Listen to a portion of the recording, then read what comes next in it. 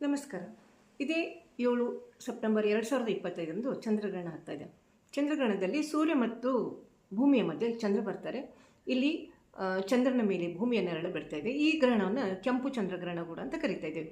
ಚಂದ್ರಗ್ರಹಣ ಯಾವ ಟೈಮಲ್ಲಿ ಆಗ್ತಾ ಇದೆ? ಚಂದ್ರಗ್ರಹಣ ಸೆಪ್ಟೆಂಬರ್ 7 ರಾತ್ರಿ 9:57 ಹಿಡಿದು ಮಧ್ಯರಾತ್ರಿ 1:27 ವರೆಗೂ ಚಂದ್ರಗ್ರಹಣ ಇದೆ.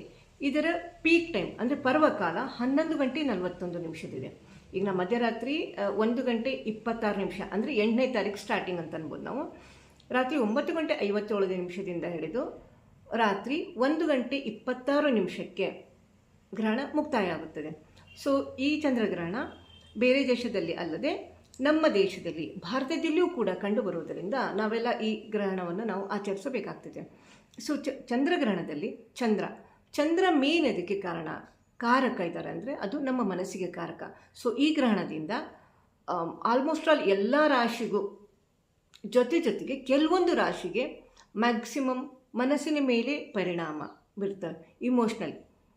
ಸೊ ಈ ಗ್ರಹಣದಲ್ಲಿ ನಾವು ಅದಕ್ಕೆ ಬೇಕಾದಂತಹ ಕೆಲವೊಂದು ಜಪ ತಪ ದಾನ ರಿಚುವಲ್ಸ್ಗಳನ್ನು ಸ್ವಲ್ಪ ಮಾಡಬೇಕಾಗತ್ತೆ.